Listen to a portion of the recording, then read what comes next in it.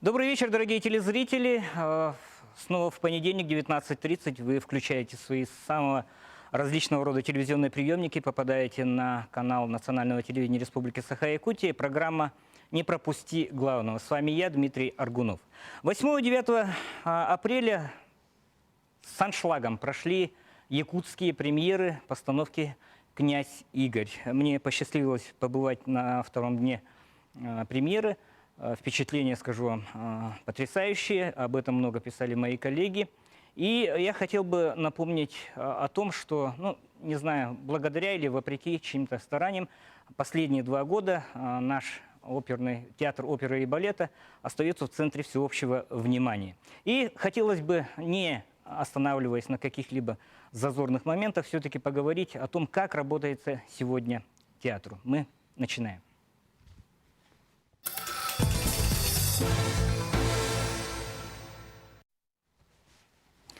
Еще раз здравствуйте, дорогие гости, уважаемые представители творчества, курирующего ведомства. Хотелось бы все-таки поздравить прежде всего с тем, что под эгидой крупнейшего театра республики были собраны все театральные коллективы. В премьере Андрея Савича были задействованы буквально все театры. Отрадно, что именно флагманом данной постановки явился Государственный театр оперы и балета. И как же все-таки готовилось? Вот, конечно, немножко обидно, что якутский зритель, он посмотрел премьеру после китайского зрителя. Немножко так обидно, немножко так ревнюче, можно сказать. Да. Можно же было все-таки, может, показать землякам сначала, а после этого уже как бы на экспорт вывозить данную замечательную постановку. Нет? Можно, да? Да. Конечно, это очень правильное замечание, но все это связано с финансированием, потому что грант, который был объявлен президентом Российской Федерации, он должен был быть решен уже в январе. Решение должно было выйти. Но в силу разных причин это растянулось на более полугода. Решение вышло только в августе. Если все шло по плану, то в марте мы уже планировали в Якутске того года. Но в связи с тем, что нам грант решение вышло только в августе, соответственно, все наши планы перемешались. И, конечно, Пекин уже стоял в графике, так же ведь. И поэтому пришлось ставить таким образом. Сначала 10 декабря в Пекине, а сегодня, это 8-9 апреля, пришлось ставить в Якутске. Я вспомнил старые времена, когда в театр билетов было не найти.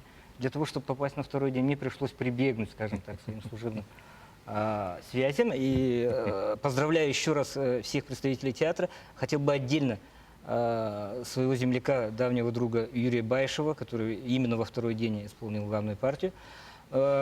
Юрий, что для тебя значит вот эта постановка? И как было? Я знаю, что это второй раз ты сталкиваешься с творчеством Андрея Савича Борисова.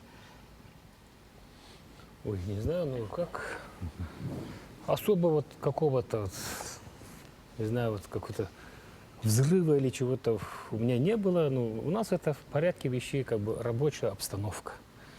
Так, Андрей Савич поставил так. Мы ожидали, конечно, сразу ожидали, что будет нечто такое. Но это и сбылось. Другие режиссеры по-другому ставили. У каждого свой почерк, можно сказать. И нормально это как в рабочем порядке было. А так прямо такого не было. Опера, она сложная. Масса действующего вообще всего. Было очень действительно массовости. Это очень много техники. Очень много света, действий, постоянно. Все-таки опера же, она становится, может быть, уже давно, она и есть как бы часть, элемент шоу. Мультимедийная, да? Да, вот она сейчас. Вы же видели там экран, посторонние оборудование специальное. Да. Французскую постановку половецких танцев. Плясов. Да. Немножко, конечно, впечатление было, то есть либретто-то, оно оригинальное было немножко переделано, или это другая редакция оригинального либретто? Да, это редакция Левашова, да. Это редкая очень, последняя, можно сказать, редакция, она очень редкая, она с каждым исполнением, мне кажется, наоборот, набирает Новые краски. Да, новые краски, новые какие-то добавления, не знаю. Вот Левашов же он очень много копался в старых архивных нотных носителях. И вот каждую ноту, каждое слово, где-то что-то стерлось, где-то как-то вот он это же восстанавливал. И мы вот как бы увидели в первоизданном таком виде вот эту оперу. А так она, как сказать, идет же в другой редакции уже давно, но как уже так сложилось исторически, уже он давно, мы знаем его как в традиционном, да, можно сказать, принятом в традиционном классическом виде. Вот мы давно его так слушаем, видим, а вот сейчас у нас вот именно как Якутское видение. якутское видение. Якутское вот это видение, вот нечто, которое, ага. на самом деле, вот первый шок, когда вышла Юлиана, да, в начале самом, это был первый шок, и ряд циклических шоковых процессов, он продолжался. Мне, как зрителю, который не особо сведущий, кстати, дилетант, можно сказать, в искусстве, да, но, тем не менее, мне очень понравились и костюмы, и декорации, и сценография, как решена. В принципе, это явление то, которое давно ожидалось. Давно ожидалось явление, которого ждали, может быть, многие. И как, готовы вы идти на более, скажем так, высокие сцены российского Да. уровня и так далее? Да. Ну, у нас недавно состоялась встреча с генеральным директором Большого театра Владимиром Георгиевичем Уриным. И мы договорились, что 15 ноября он нам предоставит историческую цену Большого театра. И мы вот к этому, соответственно, будем готовиться. Это очень ответственно, конечно, в Москве представить вот такую оперу, русскую оперу. Кроме этого, мы С якутскими лицами, да? Да. Также мы договорились с Валерием Гергиевым тоже в Мариинском театре представить. Это первом и втором сценах, которые будут нам тоже предоставлены безвозмездно. Ну и 20 ноября мы будем представлять оперу в Минске, тоже в Большом театре Белоруссии. Вот буквально неделю назад мы прилетели, договорились с ним, и он предоставит нам тоже сцену безвозмездно. Ну и, конечно, мы думаем, что это не предел. Это дальше будет идти, будем развиваться. И, конечно, тут, когда мы говорим, что Левашов свою эксклюзивную версию предоставляет, да, он ее представил в 1975 году в городе Вильнюсе. Вот. Поэтому, конечно, есть, может быть, какой-то резон, может быть, поставить его и на вильнюсской сцене, Литве. Ну, будем думать дальше. Министерство тоже мы об этом говорим. Владимир Иванович тоже об этом нам советовал. Поэтому будем думать, как все это дело представить. Но на самом деле это очень большое событие. Ну, приезжают якуты, да, ставят на сцене Большого, Мариинки спектакли, свое видение вот классической оперы. Это очень такое, ну, я не знаю, шедевральное, наверное, событие. А значение, роль в этом процессе вот московских специалистов, которые были привлечены в последнее время. Вот давайте вот об этом тоже вкратце. Ну, здесь, конечно, прежде всего мы привлекли этого главного автора оригинальной версии, вот, Евгения Михайловича Левашова. Кроме него мы, вот вы сказали, Режис Абадья, французский балетмейстер, он представил нам новую версию половецких плясок. Ну и солисты.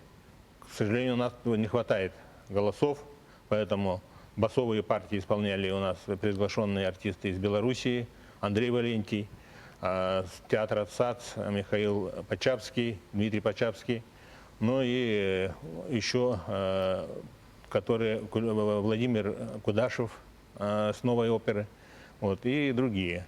Ну, это для того, чтобы восполнить те голоса, которых нам не хватает. Я говорю о Садовском. Садовский, конечно, он, его связи и его знания вот в театральном деле, конечно, это сыграло большую роль. И когда мы выигрывали представляли грант, свои предложения, проект составляли, это, конечно, тоже его большая заслуга в этом. Вот, у него большой опыт таких, как бы сказать, Он состоял и раньше и вот этих жюри, которые рассматривали такие гранты. Но, конечно, не в этом. Это впервые грант вот такой предоставили, который вот мы в этом году получили. Ну, а в других, конечно, его знакомство и вот то, что он курировал театры музыкальные, это тоже сыграло большую роль, когда мы вот проводим переговоры, вот, и как-то вот все это, конечно, сыграло только положительную роль. А как оценивают это творческий состав театра? Я имею в виду перспективы, наличие новых каких-то лиц и так далее. Давайте, Альбина Михайловна. Я, к сожалению, в этой постановке не принимаю участие, поэтому Не, ну в наблюдала целом, это да. все с процесса со стороны.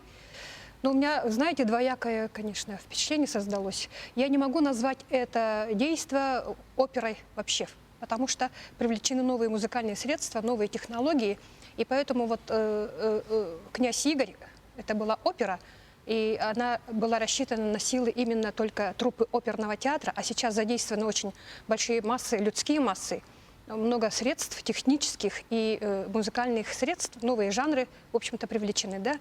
И это можно назвать только, ну, я, например, для себя это называю каким-то новым проектом, или это эпическое полотно, такое масштабное полотно.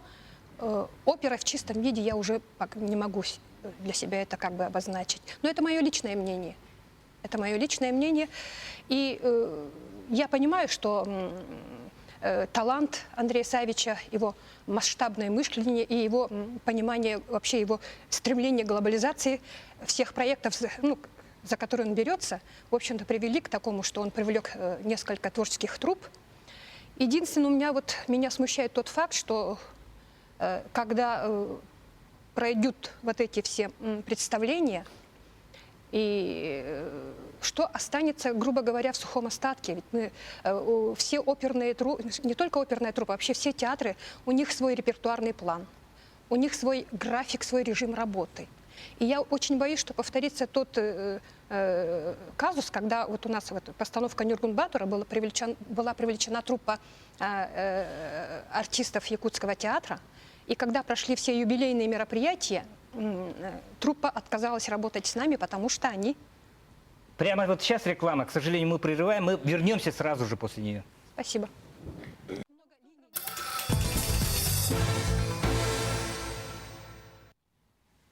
Мы продолжаем программу «Не пропусти главное». Речь сегодня идет о творческом процессе в театре оперы и балета. Альбина Михайловна, я хотел, настоятельно вас прошу, давайте мы докончим вашу глобальную мысль. Хорошо. О движениях, о Броуновском, о герое, о личности. Вот все то, что осталось за кадром. Да? Хорошо. Я ни в коем случае никого не критикую, просто это мои наблюдения со стороны, скажем, человека, который пришел послушать оперу. Да. Опера называется «Князь Игорь». Значит, на сцену, на первый план должен выйти герой, да, который поднял массы на защиту своей родины. В данном конкретном случае я не увидела вот именно вот, линию проведения, становления личности конкретного человека, как героя, как предводителя своего народа. Да. Вот, князь Игорь прошел унижение пленом, он был морально подавлен, но нашел в себе силы выстоять, выдержать, да, собрать все свои силы духовные, моральные. Он морально, нравственно очистился в этом плену, да, и нашел в себе силы, чтобы вернуться к себе на родину, поднять народ и победить врага. Сильного, мощного, коварного врага победить, да. Там, там много способов. История, конечно, мы по истории знаем, да, как это было совершено. Но в данном конкретном случае опера так и называется «Князь Игорь». Значит, это идет речь о герое, который защитил свой народ, поднял массы против поработителей. Вот этого я, к сожалению, в этой опере не увидела, не услышала. А не вопрос ли это к режиссеру? Это вопрос к режиссуре, конечно. Я понимаю, что Андрей Савич увлекся немножко глобализмом, я так понимаю. Это мое личное мнение. Он привык работать вот на стадионах, на площадях городов, поэтому он мыслит масштабно. Ему, наверное, некогда рассуждать о конкретной личности. Да? Чтобы поднять массы, это тоже требует сил, энергии, каких-то затрат. И, наверное, у него не хватило времени на это, чтобы проработать каждую линию каждого героя. Тонкую красную линию, да? Ну, может быть, да. Я ни в коем случае никого не осуждаю, но я хотела увидеть становление личности. через унижение, через нравственное, так сказать, очищение прийти к подвигу жизненному. Вот что я хотела А что увидеть. и пишут услышать. о постановке в прессе? Ну, вообще, пресса очень... Центральная как-то- пресса, скажем Центральная так, да. пресса очень хорошо написала. Ну вот вышла статья критика театроведа Сергея Коробкова о пекинской премьере. И, конечно, там очень, в общем-то, конечно, дана высокая оценка именно вот тому, что вот Татьяна Владимировна говорила, вот это вот линия, которую выбрал, концепция именно, которую выбрал Евгений Михайлович Левашов. Она, конечно, такая очень логически точно выстроенная. И очень мне понравилось то, что в спектакле я вот как-то вот, вы знаете, нет, конечно, это же он идет за Русь, мне кажется, поэтому, в общем-то, здесь то, что занято очень много народу, очень много масса, мне кажется, наоборот, это сделало более зрелищным этот спектакль. Это же движух, это процесс такой, который, конечно, у каждого есть свое мнение, да, но я со своей дилетантской, может быть, точки зрения, да, это было очень ярко. Это было очень ярко, на самом деле. Но, а то, что вопрос больше к режиссеру и, наверное, больше к исполнителям главных партий, которые как артисты должны были передать вот все вот эти... Ну, опять, не в свое дело лезу. Давайте послушаем профессионала. Все-таки вот что думает профессиональное мнение? Вот вообще спектакль, извините, перебью, он живой организм. И мы уже увидели о том, что он дополняется новыми деталями. То, что мы увидели в Пекине, это, в принципе, совсем другое, то, что мы увидели здесь. И здесь тоже в Якутске состоялось 2 показа. На самом деле премьерные это 10 показов, поэтому по истечении 10 показов тоже может поменяться все, что То есть угодно. еще 10 показов будут премьеры. И зритель может говорить смело, да? Я сходил вчера, например. Татьяна. Мне посчастливилось увидеть все премьеры, вот, которые были в Пекине, 2 в Якутске. И я бы хотела сказать следующую мысль. Дело в том, что мне это полотно, вот, музыкальное, драматическое, напоминает картину «Война и мир». Вот в том виде, как ее воспринимает Бондарчук. То есть это такой вот большой панорамный взгляд и срез совершенно в каком-то новом, да, как бы вот ранее неизвестном аспекте. Потому что если говорить об опере академической, да, вот об этой академической версии этой оперы, то вот все, что говорит Альбина Михайловна, это совершенно справедливо. Но автор концепции Левашов Евгений Михайлович, он предложил совершенно иную концепцию вообще вот этой оперы как явления. Потому что дело в том, что Бородин, к сожалению, не дописал эту оперу. Он не предложил конечный вариант решения. Финал остался открытым. И в этом смысле вот эта опера, она представляет собой совершенно уникальное явление. Это открытый текст, который можно представить совершенно как бы с разных позиций. И вот Евгений Михайлович, он задался целью, он вообще специалист по русской опере, по вот русским нотным текстам. Он занимается тем, что как бы разыскивает все вот ранее неизвестные рукописные источники Бородина, и вот он из них предложил ту концепцию, которая считается верным. Это чистый Бородин. Потому что эту оперу дописывали потом Лядов, Глазунов, Римский-Корсаков, у всех разные стили, и они считали, что они как бы вот так должен был бы сделать Бородин. Но как бы он это сделал, как бы мы не знаем, потому что история оставила вот этот лист открытым. И Евгений Михайлович вот такую версию предлагает. Он совершенно изменил распорядок номеров, да, он сделал совершенно иной финал. И главным становится тема покаяния князя Игоря. То есть он приходит... вообще это сложная очень личность, да, потому что мы воспринимаем его как некую данность. На самом деле это был персонаж исторический. В основе слова о полку Игореве, знаменитый вот, источник. И Бородин его тоже по-своему прочел.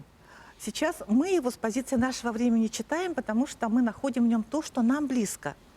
И если в русской опере, вот, в советском искусстве применялся взгляд, скажем так, вот, академически русский, вот взгляд русского человека, то Андрей Савич представляет его с позиции как бы вот многомерного мышления, потому что то, что вот князь Игорь роднится с Кончаком, то есть мы показываем симпатии тот мир, который на самом деле в той версии как бы был врагом, да, вот как бы князя Игоря, русского народа. Но мы же не видим в этой опере, что этот мир плохой.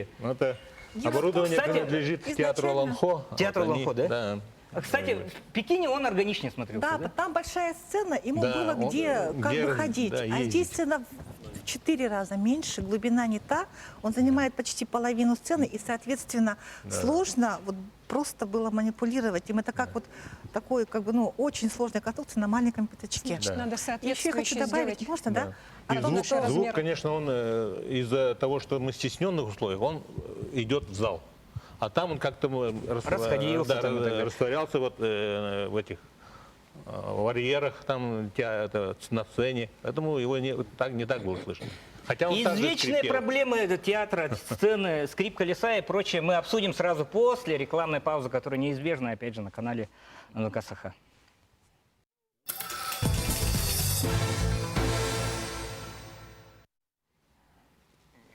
Прошедшая премьера «Князя Игоря» является, конечно, таким явлением, вот Альбина Михайловна не даст мне соврать, это некий проект, синтез многих жанров, современной абсолютно хореографии, некого визуального шоу, оперного искусства в том числе, да, в том числе.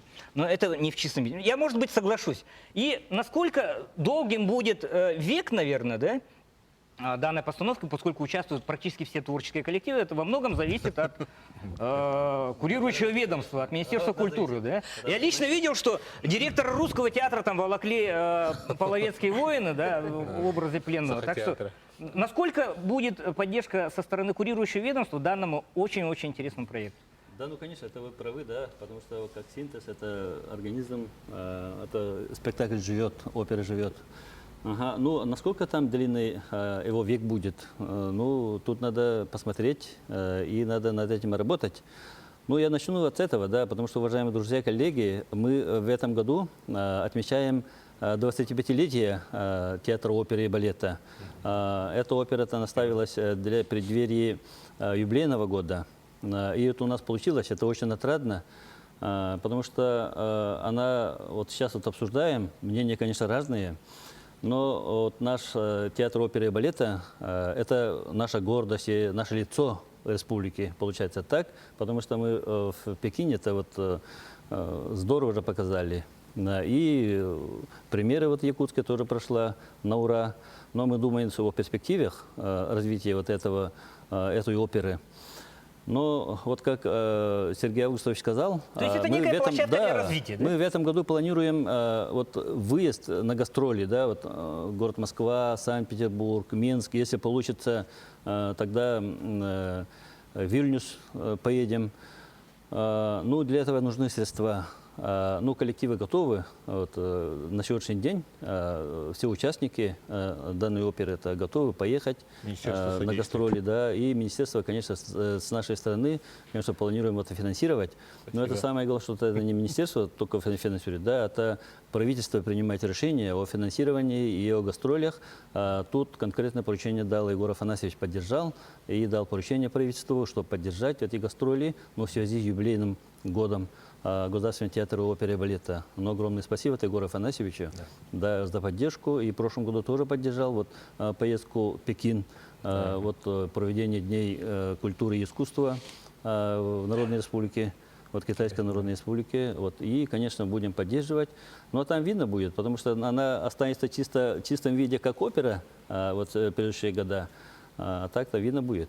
А так в этом году, конечно, мы полным составом поедем. У меня есть еще такое мнение, что, возможно, вот говорят же, дети, они перестали читать, уровень зрителя, может быть, немножко принизился. И хотя я не хочу принижать якутского зрителя, да, он всегда высокоподкованный, всегда эрудированный и так далее, и так далее. Но время-то накладывает свой отпечаток. Возможно, вот этот синтез жанров, он как раз для того, чтобы привлечь больше зрителей. Да. Возможно, возможно, да, это мое. Совершенно верно. Вот с посещаемостью у вас очень говорят хорошо. Об этом. Можно, да, тут несколько слов, конечно. Ну, если так, да, статистику, вот я скажу, да, вот, ну, перед тем, как сюда прийти, я поднял вот статистику, ну, мониторинг посещений вот, театра оперы и балета, вот, начиная с 2011 года.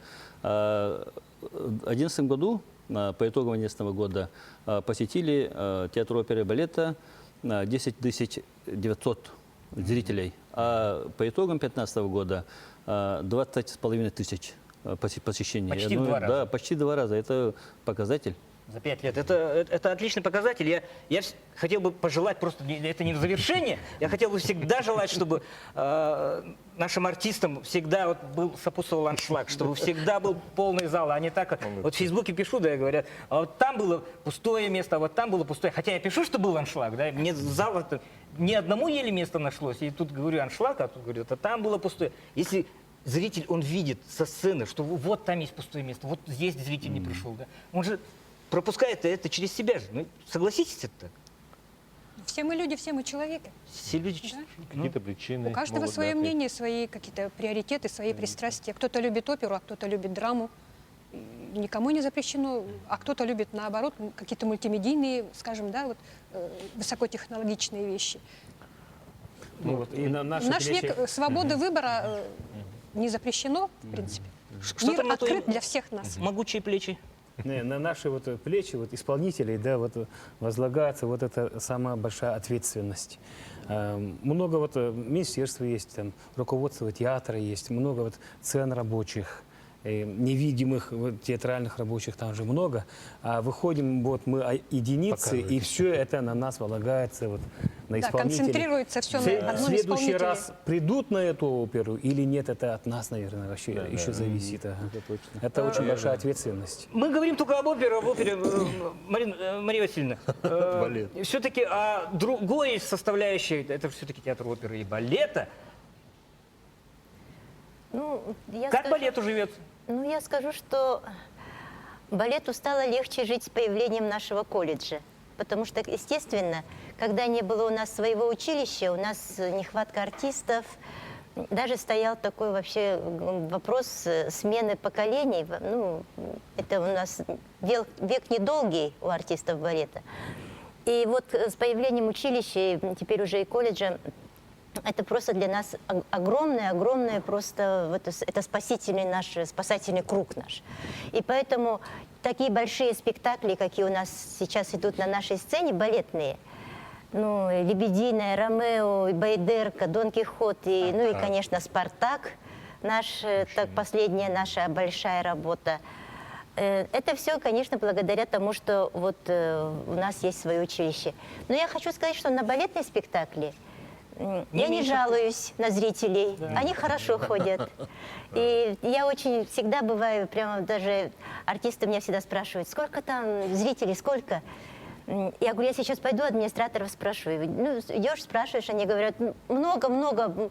Захожу в зале, правда, много народу, когда, ну, почти полный зал, но почти это хорошо, потому что в рабочий день, у нас обычно балеты идут почему-то в рабочий день, в четверг, в пятницу. Прямо И- обидно. Да, нет, не Почему обидно. прайм-тайм не дают? А нет, потому что... Шучу.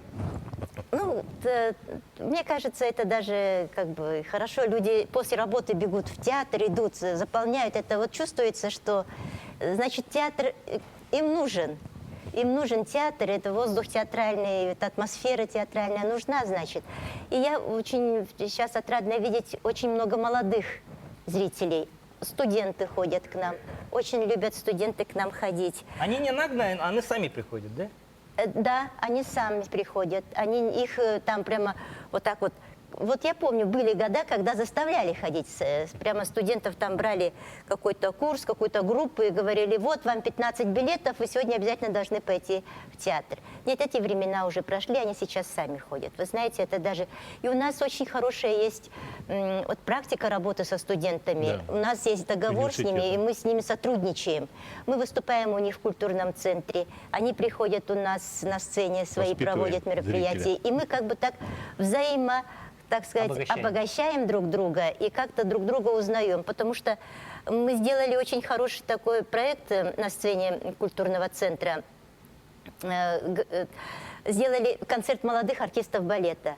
И просто буквально про каждого рассказывали, сколько ему лет, что он закончил. И вот сидели те же студенты, которым по столько же лет почти так же. И поэтому они видят, что танцуют их сверстники, ровесники их. И поэтому для них это было интересно. Потом они уже идут в театр, чтобы как бы уже увидеть их в спектакле. Вживую. Вживую, да. Не бронзовые фигуры, как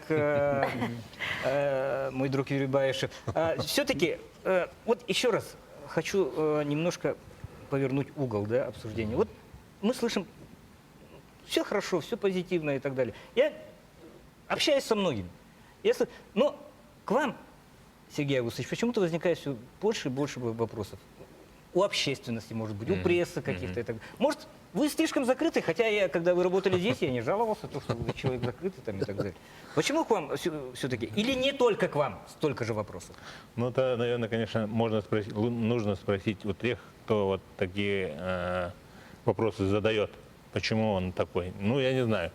За весь период своей трудовой деятельности у меня никогда не было такого, чтобы в чем меня обвиняют. Ну, я не знаю, это или фантазия, я не скажу, но, не знаю, это потребность может быть у кого-то такая, чтобы вот директор выглядел таким образом или что ли. Но весь свой, как говорится, трудовой стаж я вот прошел от рабочего до директора театра. Ну, таких никогда у меня не было замечаний. И нам вы не чужой, Сергей Августович. Ну да. Учитывая все факты вашей биографии, да. Да, конечно, может быть, кому-то это не нравится, может быть, или что. Ну, так-то я всегда открыт, ко мне всегда двери открыты кабинета, в любой момент, любой работник театра может попасть. Я думаю, никто не пожалуется вам, что я кому-то запретил или там что. Вот, ну, там, вот, говорят, стучит по столу, это я вообще не представляю себе, как это можно делать. Я тоже не представляю, кстати. Я хотел бы Конечно. еще раз в сторону представителей курирующего ведомства. Да? Все-таки кто должен руководить подобным творческим коллективом? Больше менеджер или человек, который более близок к творчеству, более близок к сцене? Вот ваше все-таки личное мнение. Ну, тут двоякое это может быть там мнение. А так вот театр оперы и балета, конечно, трудятся где-то около 400 человек. 400 человек, но направления разные, вот как увидим, да, вот оперники, там и балет, оркестр, и там машинисты и так далее, да, много цехов, много цехов. Тут, я думаю, лучше уж менеджер, вот, который управляет и, конечно, договаривается там с другими учреждениями и смотрит и перспективы развития по не только там по творческой деятельности, а по материально-технической базе, вот, потому что по материально-технической базе там огромная работа проведена вот за эти последние года, еще надо доработать, доделать по материально-технической базе, и выезды тоже вот оргмоментов требуют, и вот этими процессами, конечно, очень опытный человек должен руководить, я так думаю. Именно менеджер, да? Да, именно менеджер. Хорошо, мы продолжим спор. Все-таки кто должен возглавлять подобный коллектив? Очень-очень непростой, сложный, многочисленный, профессиональный. Все-таки менеджер или человек, который не очень далеко ушел от искусства, от чистого искусства. И я еще раз хочу выразить благодарность всем нашим участникам нашей сегодняшней передачи, хотя это не завершение. Мы продолжим разговор после рекламной паузы, что сегодня мы обсуждаем те или иные события, которые происходят в жизни крупнейшего театра нашей республики, театра оперы и балета, государственного, я еще раз замечу. Реклама прямо сейчас на канале НВК Саха.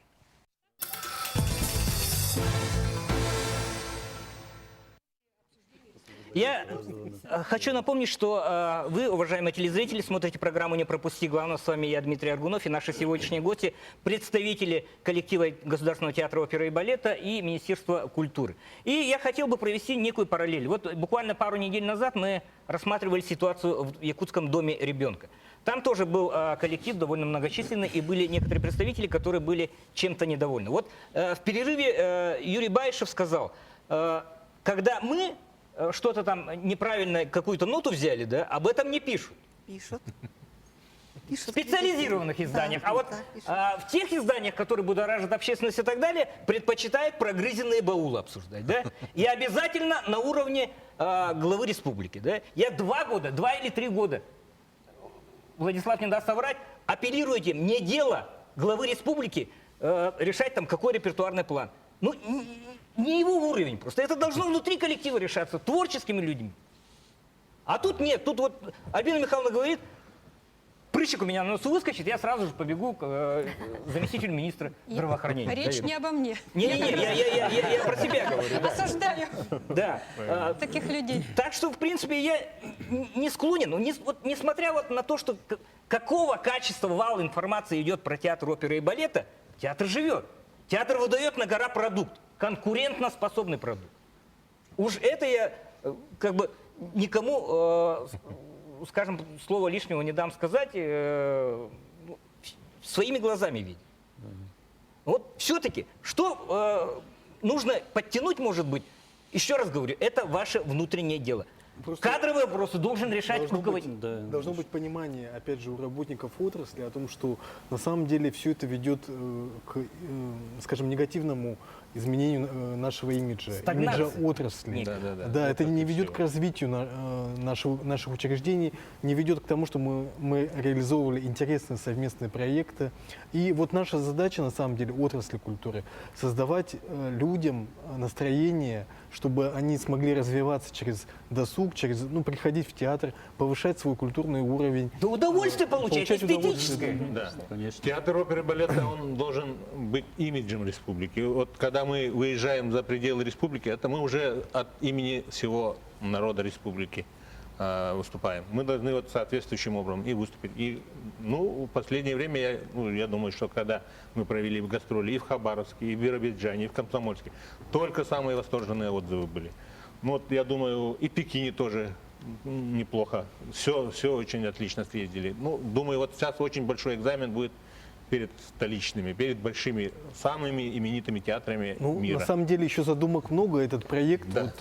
проект «Князь Игорь», он действительно нацелен на то, чтобы не только привлекать к нам солистов из Москвы, но и в том, чтобы наши солисты, Да, они выезжали за представляли, пределы да. Якутии. Показали И сейчас свое уже есть искусство. такая работа, наработки. Просто мы о них сейчас не говорим, не заявляем громко. Да. Возможно, у нас Да, будут да. крупные совместные проекты, когда наши солисты будут в них принимать участие. И потом же это действительно возможность заявить о нашем искусстве всему миру. Да, правильно. У нас есть сейчас возможность, тоже опять же обсуждается с тем, чтобы мы принимали участие в каких-то крупных международных проектах. И, возможно, благодаря именно тем взаимоотношениям, которые сложились вот у нас в Китае, допустим, да, у нас вот продолжится эта работа. Сейчас Южная Корея, вот несколько компаний тоже выходят на нас. Да, вот после Дальше. Пекина это приглашение Да.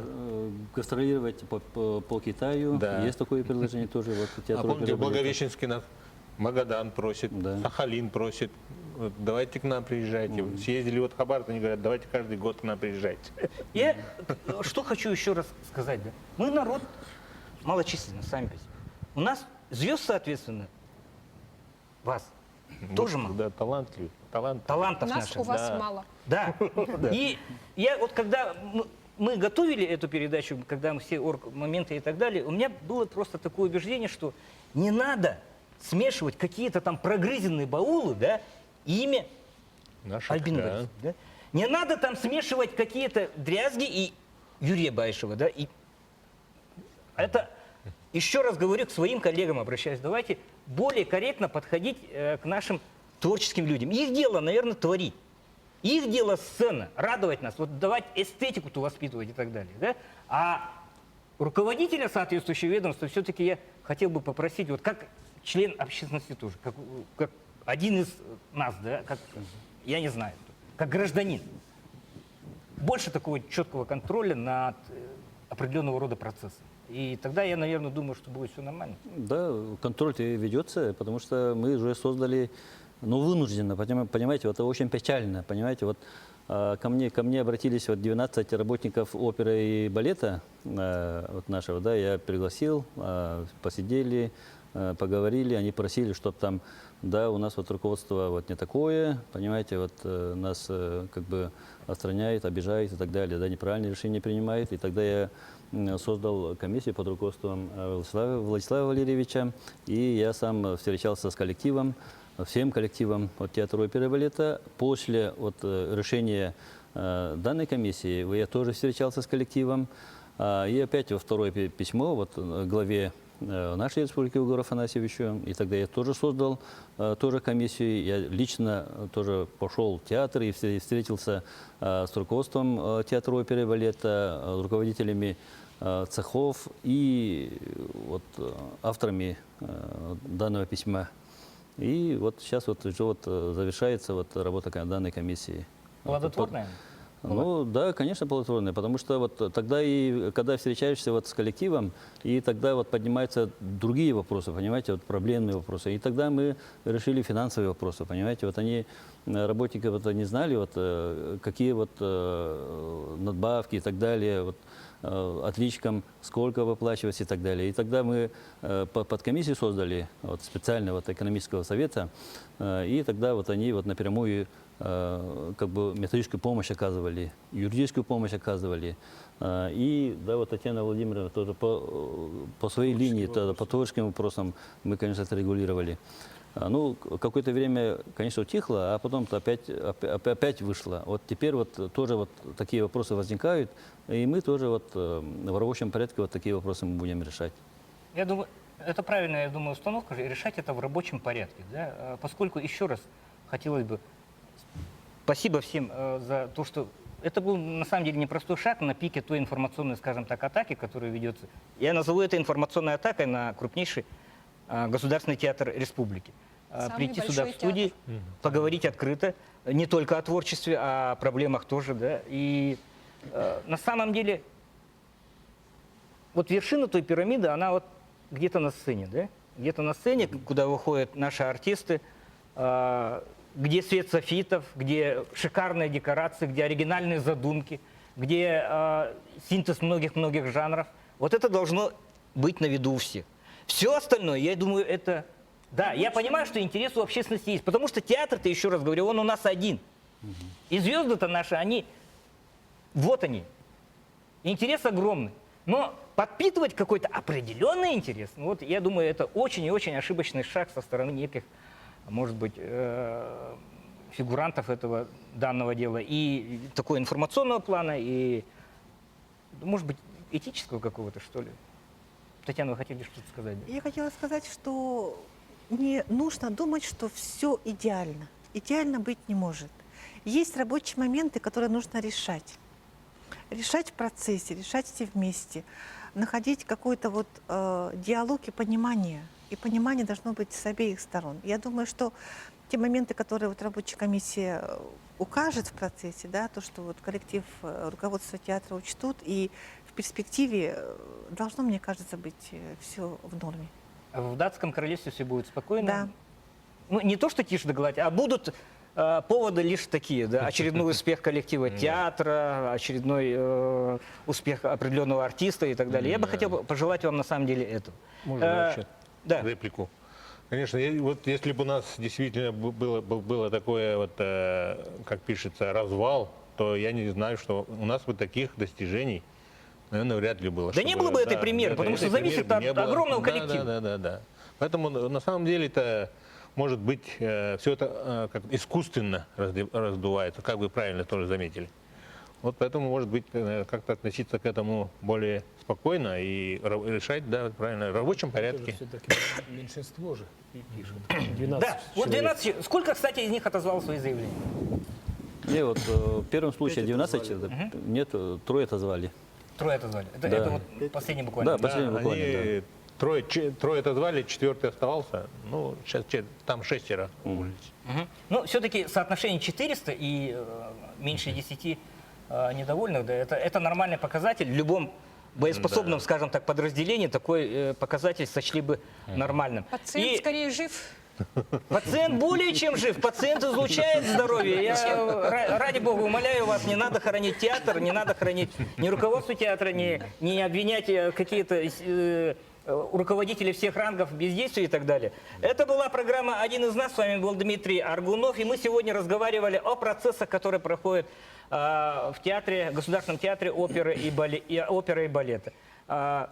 Еще раз поздравляю весь коллектив театра, все руководство и Министерство культуры с прошедшей, замечательной, шикарной, блестящей премьерой оперы «Князь Игорь». Увидимся.